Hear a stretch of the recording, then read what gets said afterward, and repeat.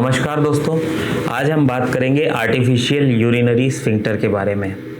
अब ये एक ऐसा कृत्रिम डिवाइस है जो कि पेशाब की लीकेज के मरीजों में ऑपरेशन करके इसको लगाया जाता है और इसी से फिर मरीज़ ठीक होते हैं। इस ऑपरेशन की आवश्यकता या इस डिवाइस की आवश्यकता जनरली उन मरीजों को पड़ती है जिनमें सारे कंजर्वेटिव मेजर्स यानी कि बिना ऑपरेशन के जितने भी ट्रीटमेंट्स हमारे पास हैं पेशाब की लीकेज के, जैसे कि लाइफस्टाइल मॉडिफिकेशन, कीगल्स एक्सरसाइजेस, कुछ दवाइयाँ और बल्किंग एजेंट्स। बल्किंग एजेंट्स मतलब पेशाब की नली में ऐसी दवाई का प्रयोग करना जिससे पेशाब की नली थोड़ी अंदर ही अंदर दब जाए।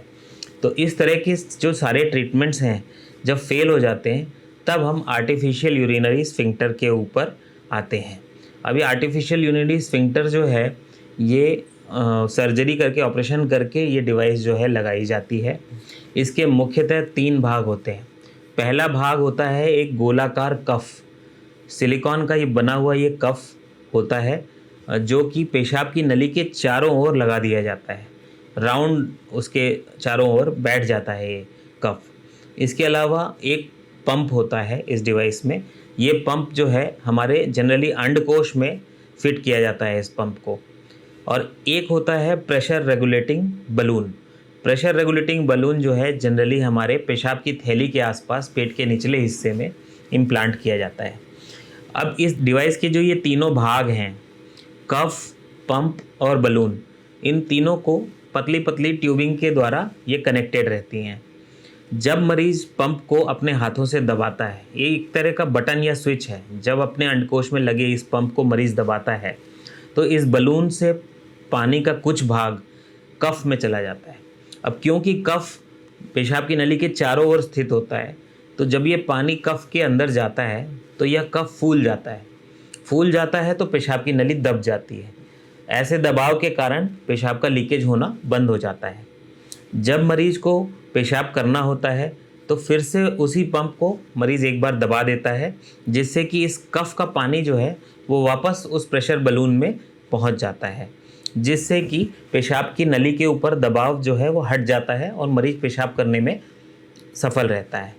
तो यह है आर्टिफिशियल यूरिनरी स्फिंक्टर का मैकेनिज्म, उसके पार्ट्स, ये डिवाइस के बारे में बता दिया। तो अब जानते हैं कि क्या कारण है यूरिन के लीकेज के, किन मरीजों में यह पंप का इस्तेमाल, ये स्फिंक्टर का इस्तेमाल किया जाता है और हमारे पेशाब को कंट्रोल करने के तंत्र के मुख्य भाग क्या हैं।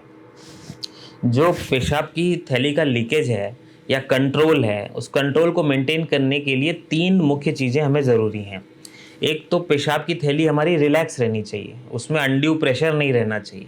पेशाब करते समय एक हद तक ही पेशाब की थैली का प्रेशर बढ़ना चाहिए, उससे ज़्यादा बढ़ता है तो लीकेज हो सकती है। दूसरा है पेशाब की थैली के मुंह पे गोलाकार रूप में मांसपेशियाँ होती हैं, स्पेशलाइज्ड मांसपेशियाँ होती हैं जो कि एक टोन प्रोवाइड करती हैं। वो एक मतलब सिकुड़ी हुई रहती हैं जिससे कि पेशाब की थैली से पेशाब बाहर नहीं जाता, कंट्रोल बना रहता है। इसको इंटरनल स्फिंक्टर कहते हैं। ये हमारे कंट्रोल में नहीं रहता, ये मसल ये अपने आप ही उस टोन को मेंटेन करता है। जब हमें पेशाब करने की इच्छा होती है तो यह खुल जाता है।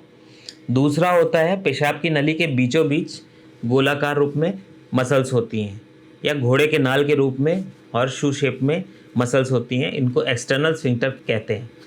इस मांसपेशी का कंट्रोल जो है वो हमारे हाथ में होता है।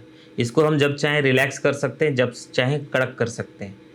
तो जब हमको पेशाब करने की इच्छा होती है तो ये दोनों मसल्स ही हम रिलैक्स करते हैं और हमारा पेशाब आराम से निकल जाता है।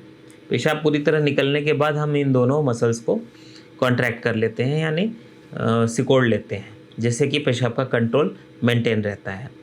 तो आइए जानते हैं किन कारणों के वजह से यह कंट्रोल चला जाता है। पुरुषों में सबसे मुख्य कारण है रेडिकल प्रोस्टेटेक्टमी।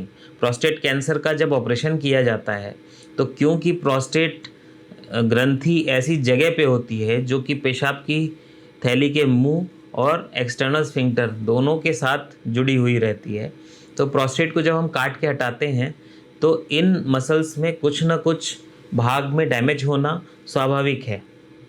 लेकिन ऐसे ज़्यादातर मरीजों में धीरे धीरे करके शुरुआत में भले ही पेशाब का कंट्रोल ना हो, लेकिन 1 साल के अंदर लगभग 99% लोगों में वापस से पेशाब का कंट्रोल आ जाता है। इसमें उन्हें कुछ दवाइयों की ज़रूरत, कुछ पेल्विक फ्लोर एक्सरसाइजेस की आवश्यकता पड़ती है।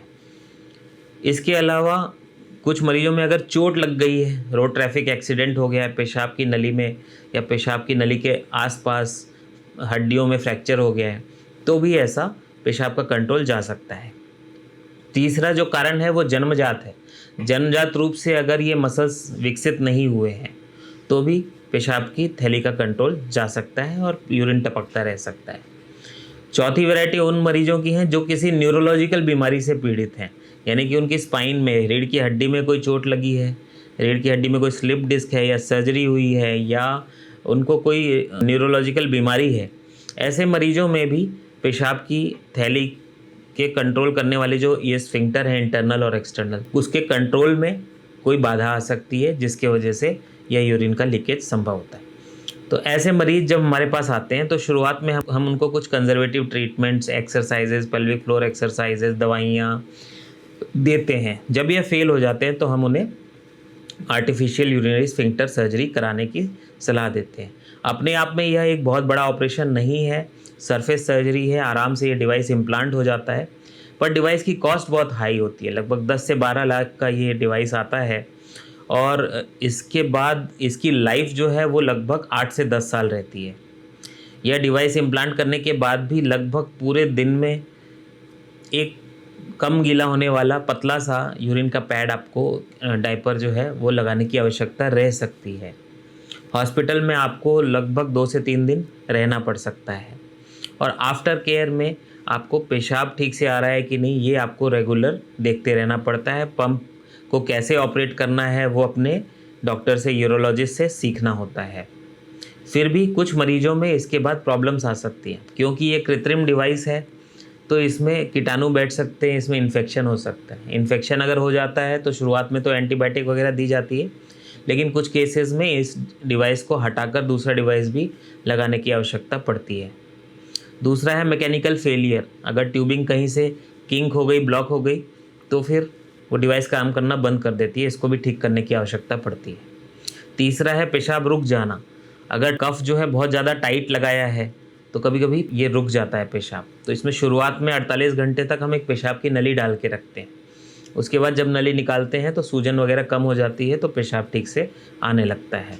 तो ये था आर्टिफिशियल यूरिनरी स्फिंक्टर के बारे में। इस वीडियो में इतना ही। धन्यवाद।